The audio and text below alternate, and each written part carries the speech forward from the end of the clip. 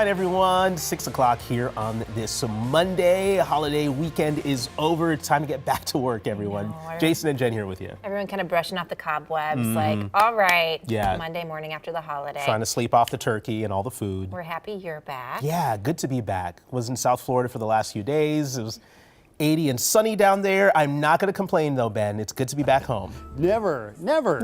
I mean, you can always take a trip down south. It's fine. Yeah. It's to break up the coldest winter, right? But I will say this is as cold as the forecast gets. We do expect a warming trend as we head deeper into the week. Right now it's 13 above, but temperatures, at least over the next hour or so, might actually drop another degree or two. 9 degrees above zero is our current air temperature in St. Cloud, but you factor in the wind chill, it feels like it's 6 below there, 2 below in the Twin Cities.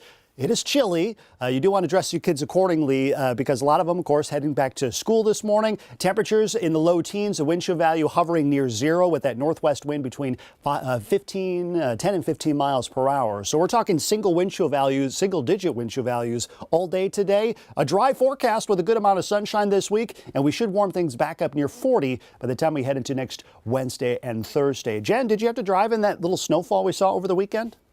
Did I?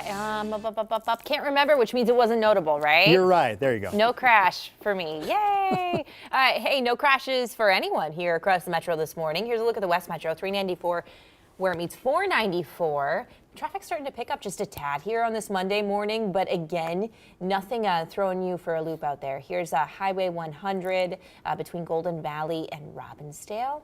Also smooth sailing. Well, the ceasefire between Israel and Hamas is set to end tomorrow, but there's word overnight that there could be a change of plans. After 50 days in captivity, this morning an American child is free. The 4-year-old is one of the nearly 60 hostages released during the ceasefire. Let's head to Cece now. She is monitoring the situation for us from the KARE 11 newsroom. Good morning. Yeah, there's some relief this morning, but there are still more hostages being held. President Biden said he's hopeful that more Americans will be released in today's exchange and is encouraging an extension to this truce. This morning, we're learning from officials that Israel has received a list of hostages expected to be released by Hamas today, and discussions are underway right now about it. This comes nearly 24 hours after Hamas released 17 hostages, including a 4-year-old American girl, as mentioned, Abigail Adan. She's the first American citizen to be released by Hamas, and she was held for 51 days. This morning, she's in the hands of the Israeli Defense Forces, who are taking her back to Israel, where she'll get a medical checkup and be reunited with family. Here's what President Biden had to say shortly after her release. We continue to press and expect for additional Americans will be released as well. And we will not stop working until every hostage is returned to their loved ones.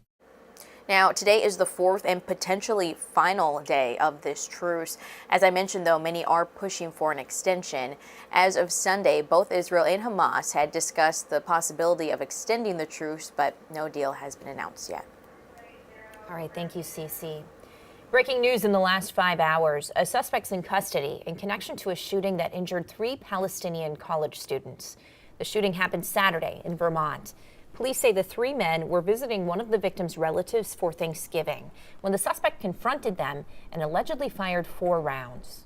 2 of the victims are in stable condition this morning, but the other person suffered serious injuries. The suspect is expected to be arraigned today. Well, 6:04, and in about 4 hours, a motorcade procession for former First Lady Rosalynn Carter will start. It will start in Americus, Georgia, a town outside of the Carter's hometown of Plains. That procession will end in Atlanta, where she'll lie in repose at the Carter Presidential Library.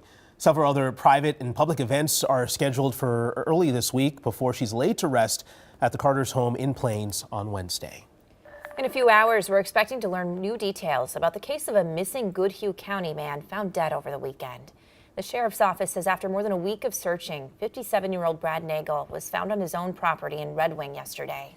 This all comes about a week after officials found his truck in a Mississippi River back channel in Wisconsin. Officials say his family last heard from him on the 15th, and he was seen in Red Wing the next day. Hundreds of people have been involved in the search for him in the days since. Deputies and the medical examiner are now investigating. Back in Minneapolis, we're working to find out how a 4-year-old is doing after they were found unresponsive in a pond in Bryn Mawr Park. The child was rushed to the hospital around 3 yesterday afternoon. The Hennepin County Sheriff's Water Patrol Unit is investigating. We do have some good news to share with you this morning about the recovery of a Holy Angels hockey player. Mason Garcia's family says he is set to be released from the hospital this Friday. According to his CaringBridge page, Mason suffered a traumatic brain injury after he was taken off the ice on a stretcher last weekend. He couldn't walk and move initially, but there was no evidence of spinal cord injury, according to the family. The post on his site says there's still more work to be done, but Mason can't wait to get back home and back to school. This morning, Democratic Congressman Dean Phillips is going all in the race for president. He's already announced that he won't seek re-election to Congress. Phillips has represented Minnesota's 3rd congressional district since 2019 and says now it's time to pass the torch. In October, the 54-year-old announced he's challenging President Biden in the Democratic primary. In recent weeks, Phillips has grown more outspoken about his concern over Biden's age and the potential re-election of former President Donald Trump in 2024. So far, 2 Democrats have entered the race for Phillips' seat. This could very well be a record-breaking Cyber Monday. Experts project online sales to climb to $12 billion. That's up more than 6% from last year. This comes after a strong Black Friday where shoppers spent 7.5% more than in 2022. And experts say they're expecting most of today's purchases to happen late tonight. The 5 hours between 6 to 11 p.m. PST, that's when we see spend velocity really take off. And we're expecting about $4 billion in spend just between those 5 hours. So you just heard him say the peak shopping hours will be between 6 and 11 Pacific time. For us, that's 8 p.m. to 1 a.m. For me, that's peak sleeping hours. But for some good deals, you may want to check out Target, which is slashing prices up to 60%, and Walmart, who's taking up to 80% off. Meanwhile, Amazon is rolling out deals every 5 minutes. It better be, if I'm getting out of bed at 1 a.m., Oh, it better be free. Something good. Yeah, exactly. You better be paying me. Exactly. All right, well, hey, tonight, the Vikings play in primetime at U.S. Bank Stadium. The team's looking to bounce back after last week's late game loss.